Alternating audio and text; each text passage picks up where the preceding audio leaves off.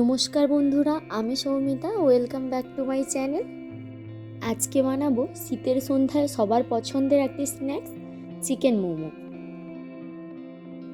প্রথমে এখানে একটি বড় বাটিতে নিয়ে নিচ্ছি 2 কাপ পরিমাণ ময়দা, 1 টেবিল চামচ কর্নফ্লোর এবং স্বাদ মতো নুন। এবার সমস্ত উপকরণ হাত দিয়ে ভালোভাবে একটু মিশিয়ে নেব।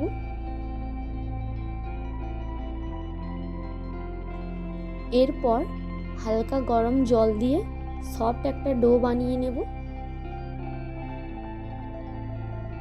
এই ডোটা কিন্তু খুব বেশি শক্ত বা খুব বেশি নরম হবে না, একটা সফট গোলা বানিয়ে নিতে হবে।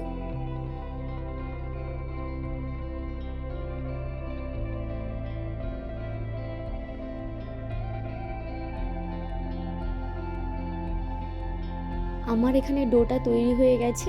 এটাকে রেস্টে রেখে দিয়ে পুরটা তৈরি করে নেব। একটা বাটিতে নিয়ে নিয়েছি চিকেন কিমা।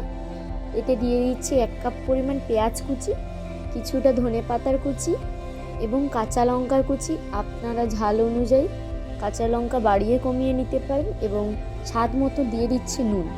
তারপর এখানে আমি দিয়ে দিচ্ছি 1 টেবিল চামচ পরিমাণ রান্নার রেগুলার অয়েল। তারপর সমস্ত উপকরণ ভালোভাবে মিশিয়ে নিচ্ছি।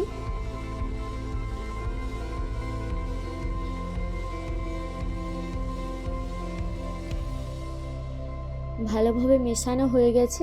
এবার রুটিটা বেলে নেব।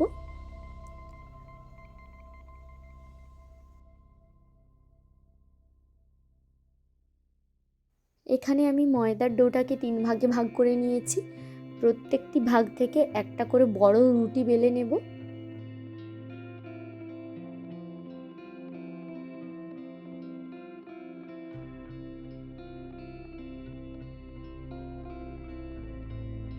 যতটা সম্ভব রুটিটা পাতলা করে বেলে নেওয়ার চেষ্টা করবেন।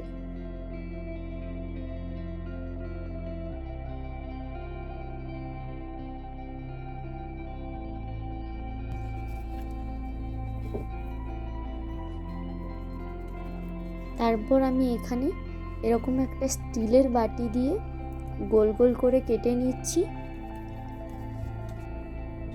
আপনারা ধারালো মুড়িযুক্ত বাটি নেবেন, তাহলে ভালোভাবে কাটা যাবে। এবার একটি একটি করে মোমো ভাজ করে নেব। আমি মোমো ঠিকমতো ভাজ করতে পারি না, যতটুকু পেরেছি আপনাদের সঙ্গে শেয়ার করেছি।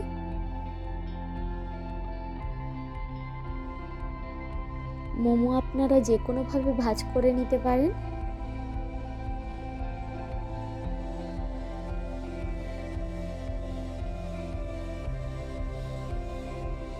এখানে আমি আরও একটা ভাজ করে দেখাচ্ছি। এইভাবে আপনারা খুব সহজেই বাড়িতেই চিকেন মোমো তৈরি করে নিতে পারেন।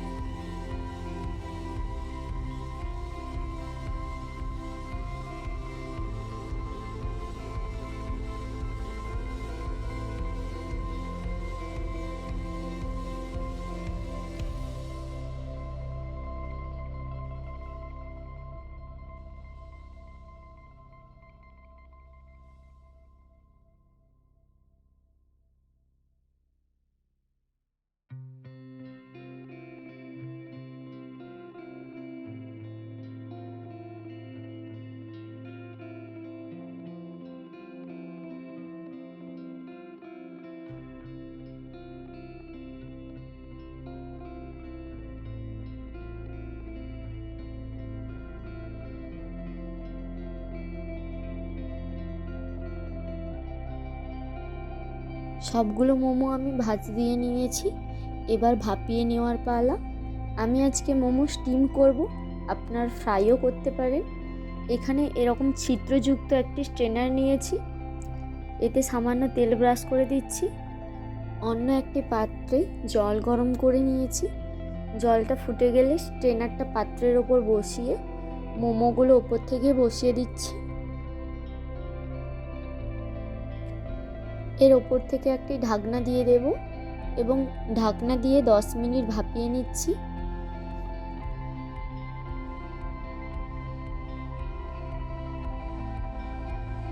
10 মিনিট পর দেখুন মোমোর কালারগুলো চেঞ্জ হয়ে গেছে। এইভাবে দেখে আপনি বুঝতে পারবেন মোমোটা ভাপানো হয়ে গেছে। এইভাবেই আপনারা বাড়িতে খুব সহজেই বানিয়ে নিতে পারেন নরম তুলতুলে চিকেন মোমো। ভালো লাগলে অবশ্যই লাইক, কমেন্ট, শেয়ার করবেন। এতক্ষণ সাথে থাকার জন্য ধন্যবাদ।